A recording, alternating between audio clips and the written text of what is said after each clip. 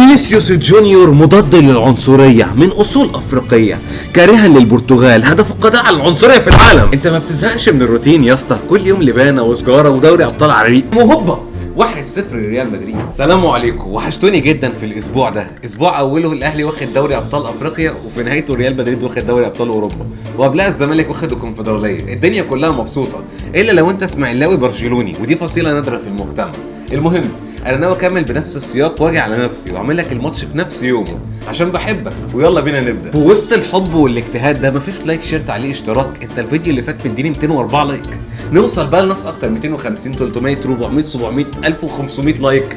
سهل عليك والله. يلا بينا. بدأ ماتش ريال مدريد وبروسيا بان مفيش امل ومفيش فايده. بروسيا مش هتكسب بالضغط العالي ولا بالدفاع الواطي ولا حتى بالدعاء، لان دي ناس ما تعرفش ربنا، كل حياتهم حيكي وميكي ونبيذ مكسيكي. واعتمد انشيلوتي على الحظ والسحر، وكرهتونا في الكوره بقى، ما تجرب تخسر يا اخي. اما المدير الفني لبروسيا دورتموند فعمل الماتش معامله الحجز، حط كل التكتيك والاداء في ساعه واحده، والباقي يحلها الف حلال لو صاحب الاستاد سابنا، وسابه فخسر برضه. المهم الشوط الاول كان كله جري وانفرادات وفرص وقرص وشوطات وعرضات من بروسيا، بس النتيجه فضلت 0-0. فحط الحاجات دي في الرف. بس ده يوصلني ان اديلك ملخص الشوط الاول من وجهه نظر الشماعه اللي بنعلق عليها اخطائنا وبناطيلنا جديد. هو الكلسون على البدله بقى موضه ولا ايه؟ جنابري وهاجم معاه ولا ايه؟ يا ترى في حنكشه بالكره الذهبيه؟ انا محضر خطه حكايه فيها واحد بيهاجم وتسعه بيخدموا عليه. واحد ايه؟ انت بتهاجم بسيف الدين قطز؟ انت ما بتزهقش من الروتين يا اسطى؟ كل يوم لبانه وسجاره ودوري ابطال عريق. انا شايف اننا نسيب الكوره لوحدها، كده كده احنا ما بنعرفش نجيب اجوال وانتوا بتفقوا على المشاهد بالاستحواذ. ايه ده؟ صلاح جاي ينتقم من اللي خلع كتفه دلوقتي؟ لا انا عارف اللي انت عملته في كيميتش كويس، وعايز بطل دي بتعمل ايه؟ اطمنوا انا ظابط الاوفسايد بالشعر. احيه انا اصلع. لا مستحيل اشوط ورجلي تترفع في وش جمهوري. وفاء دي تبقى امك، يعني الاخ مطر بالالماني. دي زحلقه 3 دي ولا صوت سابق الصوره؟ الكره ما اتنقذتش ليه؟ اوعوا تفتكروا ان مغطي التسلل بتاعهم عشان تايه. انا بسترهم وبعمل الخير وبرميه في خط ال 18. ما مستني ايه من واحد الماني ما ياخدش نفسه الا لو كل حاجه معاه منجسه. حاسس ان الجاذبيه مش ولا بد في ويمبلي، كل ما اجي اشوط اروح طاير ونام على جنبي. انا ما حدش يقدر يجيب فيا القذايف دي غير الدن امام عاشور. بس قام واسامه ابو علي عاملين معاكم الغلط، فاضل لهم حبه ويحطوا لكم الافخاخ في الخوخه دي. الحمد لله السلامو. الحريه بتقول انك من حقك تقول رايك، فمن فضلك حط رايك في تعليق بحريه واعمل لايك عشان خاطري. بس خد بالك دي اللحظه اللي بقول لك فيها اثناء متابعتي للشوط الاول والثاني لفت انتباهي حنكوشه برازيليه ناويه تاخد البالون دور، بيتعشى عنصره ويجي يطلق علينا اهداف في دوري الابطال. افيونة انشيلوتي وابن كريستيانو فينيسيوس جونيور، وما لقيتش سبب لكل ده، وده اللي خلاني الجا للصحفي الكبير ابو المنازل.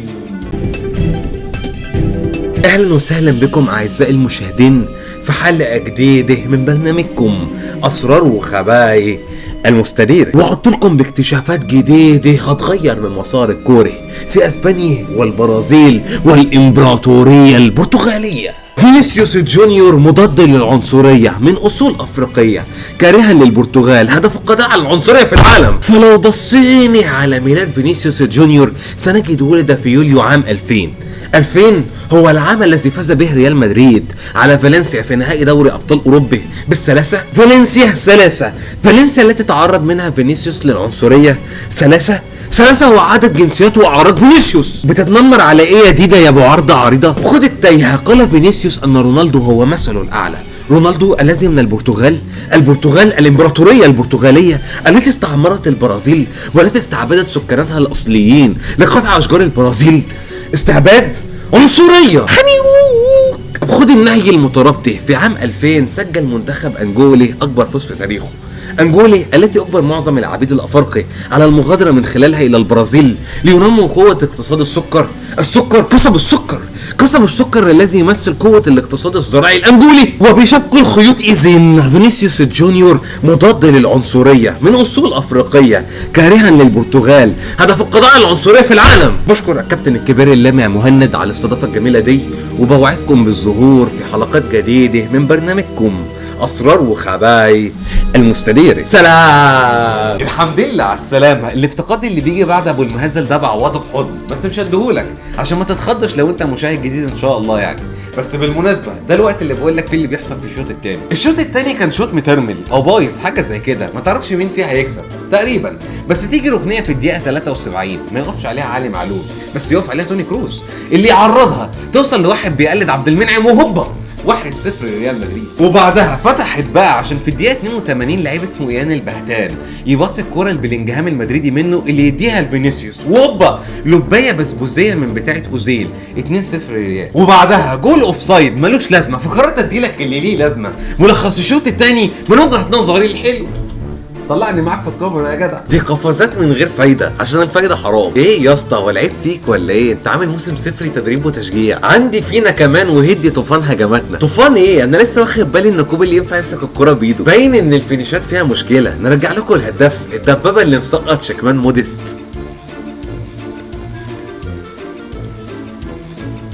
ساعات الالتصاق والفلات فوت بيبقى ليهم فوايد برضه. ايه انت مش بتتبادل معايا النظرات والابتسامات ليه؟ هو ليفاندوفسكي احسن مني في ايه؟